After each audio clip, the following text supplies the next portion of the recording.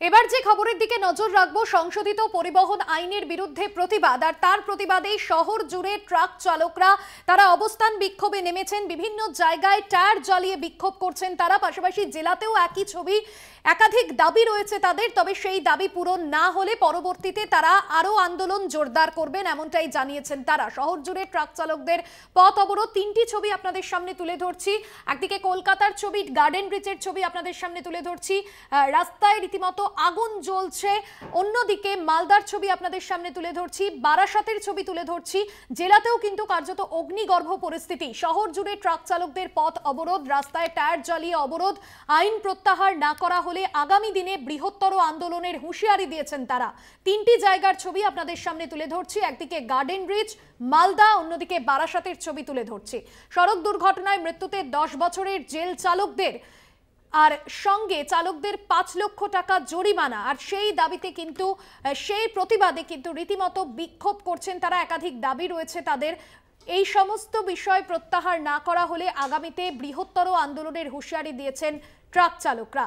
আপনাদের সামনে সেই ছবি তুলে ধরছি, মালদার ছবি আপনাদের সামনে তুলে ধরছি, বারাসাতের ছবি তুলে ধরছি, পাশাপাশি গার্ডেন ব্রিজের ছবিও আপনাদের সামনে তুলে ধরছি। পথ অবরোধ বিক্ষোভে নেমেছেন ট্রাক চালকরা। মালদা থেকে রয়েছে আমাদের প্রতিনিধি ফোন লাইনে পরিতোষ সরকার। পরিতোষ, এখনো কি এই অবস্থান বিক্ষোভ চলছে ট্রাক চালকদের?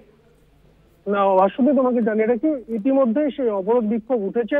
পুলিশ প্রশাসন সেখানে পৌঁছেছিল এবং সেই পুলিশি হস্তক্ষেপে পুলিশের তরফে বিভিন্ন বার্তা রাখা হয়। তারপর এই অবরোধ বিক্ষোভ উঠিয়েছেন ট্রাক চালকরা সহ বিভিন্ন ছোট বড় যানবাহন চালকরা এই অবরোধ বিক্ষোভে সামিল হয়েছিলেন। মালদার রতুয়া স্ট্যান্ড এবং রতুয়া ব্লক মোড়, পাশাপাশি বাহারাল স্ট্যান্ড এলাকায় এই অবরোধ করা হয়েছিল। সকাল থেকে ঘন্টার পর ঘন্টা এই অবরোধ ছিল এবং অবরোধের জেরে রীতিমতো যানজটের সৃষ্টি হয়েছিল গোটা এলাকায়। ছোট বড় যানবাহন চলাচল করতে পারছিল না। এই পরিস্থিতিতে পুলিশ আসরে নামে রতুয়া থানার আইসি সঞ্জয় দত্তের নেতৃত্বে পুলিশের বিশাল বাহিনী পৌঁছে এবং পুলিশের হস্তক্ষেপে যান চলাচল স্বাভাবিক হয়েছে। ট্রাক চালকদের যারা অবরোধ করেছিলেন তাদের যেটা দাবি, কেন্দ্রীয় সরকার যে সমস্ত আইন আনতে চলেছেন সেই আইনের তারা প্রতিবাদ করছেন। তারা সেই আইনের ফলে ট্রাক চালকদের সমস্যার মুখে পড়তে হবে। রাস্তায় দুর্ঘটনা ঘটলে এই ধরনের সমস্যার মুখে পড়লে ট্রাক চালকদের যে পরিবারের সমস্যার মুখে থাকবে, এই ধরনের অভিযোগ রয়েছে ট্রাক চালক এবং বিক্ষোভকারীদের।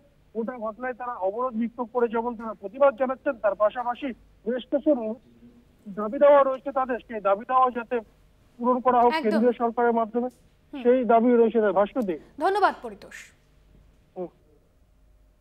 আপনাদের সামনে বেশ কয়েকটি জায়গার ছবি তুলে ধরছি, গার্ডেন ব্রিজ, মালদা এবং পাশাপাশি বারাসাতের ছবিও আপনাদের সামনে তুলে ধরছি। বারাসাতে ভক্তিদের রয়েছেন আমাদের প্রতিনিধি ফোন লাইনে। এই মুহূর্তে সেখানকার ঠিক কি ছবি? আইন হয়েছে চালকদের কড়া শাস্তির বিরুদ্ধে। শতাধিক চালক এবং তার খালাস যত সহযোগীরা আজকে দত্তপুকুর বামনগাছির মোড়ে প্রায় বারাসাত পর্যন্ত বলা যেতে পারে এই অবরোধ আন্দোলন তৈরি হয় এবং বিক্ষোভ করে। অবরোধের ফলে ব্যাপক যানজট হয়। বারাসাত কলোনি মোড় থেকে ওইদিকে চাপাডালি বিভিন্ন জায়গায় যানজটের সৃষ্টি হয়। তাদের যে দাবি, মূলত তাদের দাবি যে দুর্ঘটনার জন্য যে দণ্ডবিধি 3 রকমের বিধান তা দিয়েছে, অর্থাৎ কেন্দ্রীয় সরকার চালু করেছে। গাড়ির ধাক্কা বা পিষ্ট হয়ে গেলে সেটা নাকি নরহত্যার বলে গণ্য হবে, 302, 304 এইরকম আইন লাগু করেছে। এর ফলে তাদের বক্তব্য, তারা দিন আনা দিন খাওয়া মানুষ, তারা কিভাবে লক্ষ লক্ষ টাকা জরিমানা দেবে এবং যদি এর ফলে যদি কোনো দুর্ঘটনা ঘটে, যদি দোষী সাব্যস্ত হয়, তবে তাদের যে কারাদণ্ড, সেটা কিন্তু তারা বলছে দুর্ঘটনা তো কোনো বলে আসে না, দুর্ঘটনা ঘটতেই পারে। সেক্ষেত্রে তারা কেন কারাদণ্ড ভোগ করবে, কেন তারা আইন দেবে, এই নিয়ে কিন্তু তারা আজকে বারাসাতে একটা ব্যাপক আন্দোলন তৈরি করে এবং কয়েক হাজার চালক এবং তার সহযোগীরা থাকে। তাদের বক্তব্য, যদি ইতিমধ্যে এই আইন প্রত্যাহার না করা যায় তাহলে কিন্তু তারা বৃহৎ আন্দোলন করবে।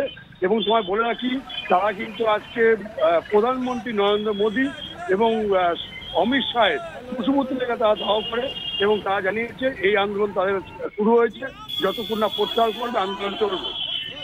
একেবারে ধন্যবাদ জানাই।